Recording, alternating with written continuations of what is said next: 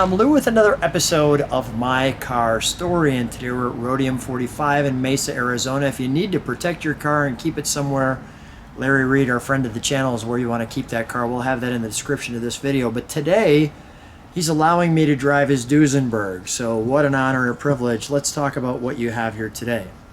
Lou, this is a 1924 Duesenberg, and to tell you a little bit of the background of Duesenbergs, this was an automobile that was built by two young German boys that came over to the United States and without much formal education became incredible engineers. What we're going to see here in the car is a lot about the engineering of this automobile and how it differed from what was on the market at the time. So let me take you over and... Let's do it. Let me just start with the front of this car, because that is an unbelievable presence coming at you. Go ahead, Larry. Tell me about the Duesenberg. Okay, number one, I'll show you a little bit about the front of this. As you saw, the radiator cowling here and the radiator. This is a little bit different color than the mascot. I can see that. This is all of this is nickel, and nickel was predominant for all of your bright pieces, including the hub on your tire. Let me show you. Now the difference, and just for clarity, I'll just do that so that people can see that, and then we'll turn it back around. Okay. now the difference in the color, this will be changed. This is chrome, and if you see, it has a blue tint, and this has kind of a reddish brownish tint, and that's why the difference. Chrome was not invented until 1926. Remember, this is a 1924. So this happens to be one of the pieces of this puzzle that we will take off and we'll have it put in nickel. Very expensive, very, very hard to maintain that, but to keep it all the same. That's part of the hobby of restoring automobiles. Share with me these lamps, if you will. They're absolutely gorgeous. I just want to stand in front of you and show me how that little side nut works. Duesenberg was a different kind of company. What you did is you went to Duesenberg and they made race cars, and you bought a rolling chassis. So that's the radiator, the engine, the transmission, the clutch, all of the running gear, and then you would go to a coach builder, and the coach builder would put a body on the car. The only thing about Duesenbergs, you'll never see two of them alike, because they couldn't be, because you had individual coach builders. This is a great example of one. These are two French lights. They came from Paris, and while you're doing that, I just want to show the top of that one. Beautiful. Okay. And this will show you some of the intricacies of this automobile. There's a lot of moving parts in it. This is the headlight, and as an example, all of this, now remember, is nickel, so all of this has to be polished. So just my fingerprints on this, the oil in my fingers will make it so you've got to go back and polish it. This bulb burned out, and it took us 4 years to find the replacement. Wow. And we found it in London. Our general manager found it after quite a hunt worldwide for that. By the way, by the time we found the individual that could make this, and it was made by an individual, he charged us $17 for this. So we bought two of them. 4 years for $17. Yeah, that's. And we were worried that we would ever be able to find one that would fit. So we were very lucky there. Wow. So this just tells you a little bit about the design and architecture of it. This is the gold color is the logo of Duesenberg, and you'll find this on other parts of the car. As an example, the rear diff. If you look underneath the car, in the rear diff, okay, you will see the Duesenberg logo. Let's go take a look at that. There is no rush with this vehicle. Do you have an idea? I will, no problem. Do we have, okay. Can you see it there? I will. Oh yeah, I see it. That just shows you some of the details of this that you would never see. Why you would put a gold Duesenberg logo on the back of the differential rear diff is somewhat unusual. And I'll just show the back of the car since I'm already here, but wow, this boat tail. Tell me about your boat tail here. This roadster with a boat tail. This is a Speedster, remember? Speedster. Yeah, and this was from the Duesenberg organization. We found that this car had been changed, as many of the Duesenbergs were, where the coach builder would change sometimes between summer and winter. Other times they would completely remodel the car, if you would. The Duesenberg stayed the same because it's all the running gear, remember. It was just the body that was changed. And this is a great example. This was changed in the 1940s, where they took this, but this was originally a sedan, and they cut off a few inches of the frame, moved that out, and made a boat tail. And this is it was an American boat tail, which the tail of this, the lines went from here and followed the curvature of the automobile. Now that you say that, that would be an American boat tail. And it was that way from the 40s to the 1960s. Come on with me. I want to show that from this side. And during the 60s, when Ralph Fields bought this car, he decided that he wanted better lines than the boat tail that dropped off. And this had been done with fiberglass. And so they took this off, and this piece, this is the European boat tail, which stays up like this. This was all replaced with aluminum. Wow. So it was a massive change in that, but it still remains a Duesenberg. And even the glass here on the side, I mean, how do you get into that? I see no step. Step right here. Oh, there is a step. There it is. Although it's a bit difficult. I'm glad you like said that. The gas? I love that gas cap. Isn't that beautiful? Holy cow. And again, that's polished nickel. Yeah, absolutely stunning. You were sharing with me something about the suspension. Go ahead. Yeah, one of the issues about the suspension in these automobiles, remember these were race car drivers. And Augie and his brother Fred, at a young age, questioned everything about how a car worked and how to make it work a little bit better in the racing. And they raced the Indy 500. They raced a lot of like the Santa Monica 500, which was a huge race. It went over dirt, gravel, a lot of bricks, different surfaces. And when it went along, they would, in your bumps, they noticed that the less time the tire spent on the road, on the surface, it hurt their overall speed. So what they were trying to do is figure out a way that they could keep the tire on the road longer, okay? In the old Model Ts, where the leaf springs were like this, yes. When you went over a bump, the energy that this takes would take the springs up like this, the car would raise up with it, and then it would come down. So on a bump, your tire would actually lift from the surface twice. So they said there's got to be another way. And what they did is they decided to take that energy and channel it in a different direction. So what they did, and you can see this cover, they put in a bar that goes from this part of the frame over, connects underneath, back behind the transmission, and a wing there.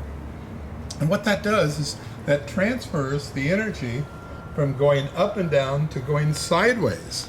Got it. So you dissipate the energy based on something that we call a torsion bar. Got it. And that was done in 1924 by two young, uneducated, no formal educated guys that were just trying to solve the problem. There's your torsion bar. That same process today. Got it. Yeah, I see that. Okay, perfect. Now another issue is if you see the dashboard, if you can get a picture of it here, this is the brake pedal. And when you start this car, there's a whole system of things you have to do to start it, almost like starting an airplane. But part of it is the brakes. And what you have to do is you have to pump that brake till it gets between 200 and 300 pounds. Because these are four-wheel hydraulic brakes. And remember, that was very unusual. Hydraulic brakes were just coming in there, and no one had four-wheel brakes. And why would they do that? And you see that goes up to 500 pounds. Yeah. If you were in snow or ice, the worst thing that happens is you jam your foot down on the brake and you lock up your wheels and you lose control of the vehicle. So the harder you push down on it, the harder it gets to depress and close up. It would take 500 pounds of pressure to be able to lock up those wheels. So you're in snow, you're in ice, it saves you. This is the kind of thinking that was being done by two very young guys. They didn't have a lot of capital. They built, but this engine is an example, they built this particular engine for 4 years. And they were able to make these rolling chassis, but they were very difficult to sell because they were so expensive. This rolling chassis, just the rolling chassis alone, is about $9,500. Back in that time. Yeah. Now, on top of that, you've got to build a body and put on it. You've got to build the interior, the whole thing. So that relates to $26,000, $27,000 in 1924. And think about that. A house costs $1,500. Right. You know. Wow. Lou, you would have been making about 50 cents an hour. Yeah. Right. So you can kind of put it in perspective. That's why only the ultra rich had cars like this. Tell me about our steering wheel here. This is I should get Taylor over here. Taylor, if you come could on by. give us a technical Our general manager of the steering wheel So and the fuel. there's a spark retard. Okay. This is a hand throttle control Okay. and a light control. Got it. Now, how would you change the spark, It goes and why would you change it? just to keep the motor running smoothly. So as it warms up, it will need a different timing. And why do you have the accelerator here on the steering wheel? That way you can, as it warms up again, you can choke it, or you can add throttle as you're like running with your hands, so that you don't have to clutch down as much, or you can make the double clutch shifting much smoother.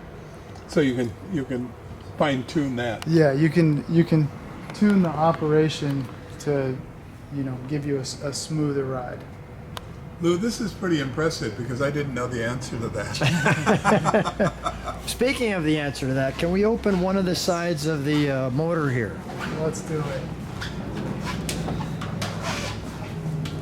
While you're opening that, I just want to share this too, because I've got that tag there. Look at the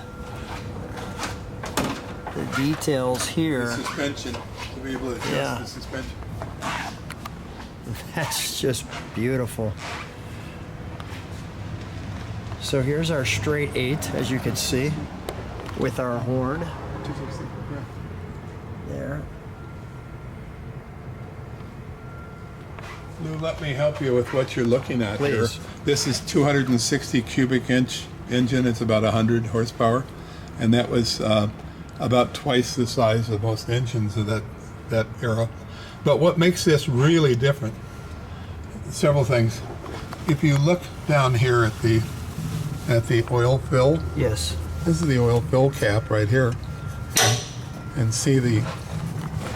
Can you see that? Yeah. Oh, I do. That's the float. That tells you your oil level Wow, in the engine. that's advanced, right? Fun stuff. But what makes this so unique? This engine is gear driven. You say, what do you mean by gear driven? There's a camshaft that runs through here. We all know what a cam is. Sure. It runs through the upper level of the engine, and it's used to hold the rockers and be able to move them back and forth for all of that. But here, there's also a camshaft that runs vertically, and it looks like this, and it's right in here, and it's a series of gears. The bottom gear runs the oil pump.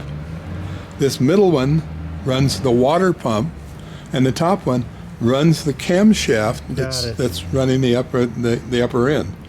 And so there's not only gears here, but there's gears in the engine. So everything runs off the crank, okay? And with these series, there's 10 gears. That there will be 3 passage gears on this one, and this will be the outside. This turns both directions. Try that out. Yeah. You know, the engineering on this is incredible. There are none of these. This is one extra one we have, although we have an extra engine. You can't find these any place in the world. They have to be made, and we're not sure how much this is, but we're thinking it's probably in the $20,000 range. Wow. Because remember, all these gears have to be made too. Right. So very unusual. Remember, this car ran at 4,000 RPM. The cars at this vintage typically ran 12 to 1,500 RPMs. They typically had big pistons, so you had a lot of displacement, but they sounded like tractors. Yes. This has what you would consider a modern day piston. It was small. I think they're about 3.5 inches, right around that. So very typical of today's steel. They had a domed head on them when everything else was flat. Yeah. These are just things that these boys had figured out, and it worked. These were very reliable. We're talking about 500 miles in a race at 4,000 RPMs. That was just unheard of. So they were way ahead of their time. They didn't sell many of them because they were so expensive. Nobody could afford them. These were owned by movie stars and presidents and kings, and they went around the world. But if you had one of these, you'd really And why did you have to get a Duesenberg?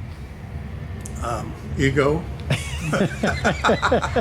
Fair enough. You want to know? Can we fire this right now with the engine open? Do we need to hold the hood? Oh, I think we can. Okay. And we'll actually shut it off and show the other side when we're done, but I think this is kind of the action side to this one. Yeah. Oh, you got to open the fuel line? It's on the other side. Yeah. We got to close Okay. this first. Well, I'll tell you what, good enough, because we'll get the chance to see the other side. We've got to open a fuel line.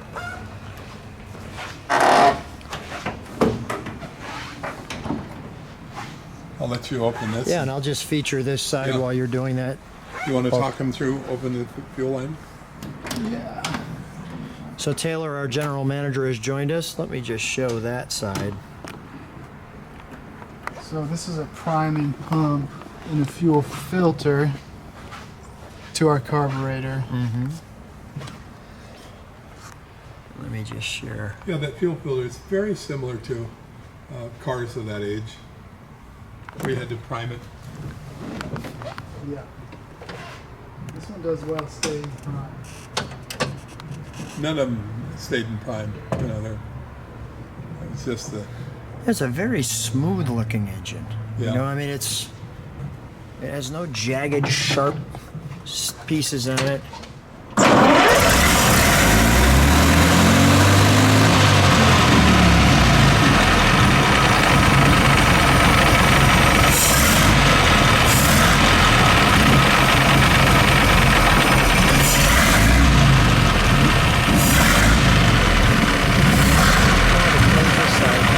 Close this side, we'll open the other side.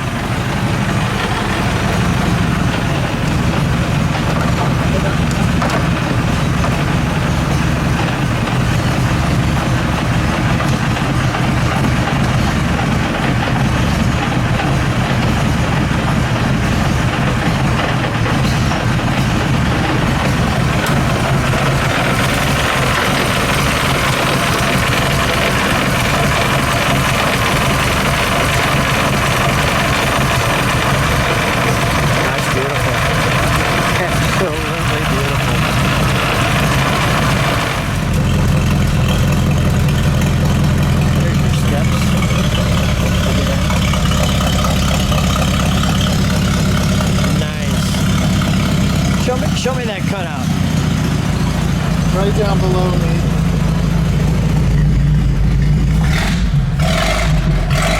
Turn it the other way. Oh yeah, quiet and open. Nice. All right, we'll shut that down. What a great ride. Well, Larry, I am happy that your ego needed to get a Duesenberg. I was being a bit facetious. These are a great part of American history, and the racing. This was one of the amazing things about these engines, where they were made when we didn't have the sophistication of the tools to be able to make them, and as a result, each engine is different. Every engine is blueprinted, and it's not only the blueprinted like we have in racing. This is blueprinted, the engine here. Every component part is blueprinted. And Randy Ema, who has managed Jay Leno's collection and probably knows more about Duesenbergs than I think anybody in the country, he's in control and owns about 60% of all of the blueprints on these engines. So with him, you can go back and see exactly what they did, because with the lack of sophisticated equipment that we have today, since each one was different, if the pistons are in a little different position, the crank has to be adjusted also, and you need to have those blueprints to be able to even work on these. So it's magnificent that Randy's been good enough to keep all of these as a keeper. They're all still available. With the industry association, they watch these very closely, and this is really something that's really rare in an industry that's affected us all so much. So it's I have another one also that I hope that you'll be back, and it's being completed. We rebuilt the engine and some other things, and have you come back and take a look at that and see the comparison between the two. It's a roadster, not a speedster, which is a little bit shorter. It's a fabulous looking car. So this is what we do. This is what the hobby is all about. Well, I think it's time for me to get in my Duesenberg and take it for a ride. Absolutely. Try it. You'll enjoy it. Remember, you got to double clutch this. Okay? Thank you, Larry. You got it. Well, Larry's given me a great privilege. He's given me the honor of driving his Duesenberg. Needless to say, it's the first Duesenberg I've ever driven in. So quite the honor. So we're going to be super careful in Larry's car because, well, I enjoy breathing. So here we go.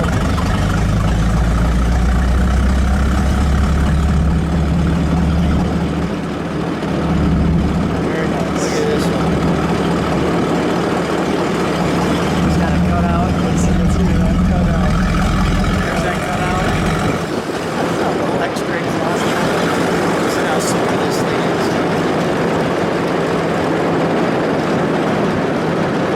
Little down our. Beautiful. Yeah, we'll show them where we're driving. Show that hood ornament.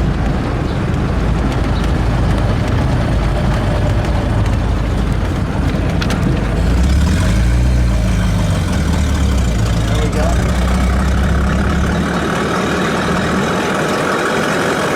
It's running like a champ. Well, I'm smart enough not to take Larry's car too far. But this is quite the honor to be able to ride this Duesenberg to show that one more time.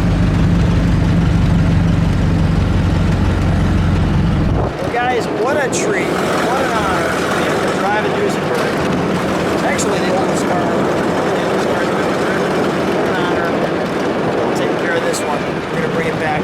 There's Larry. Let's make sure we get Larry in this picture later.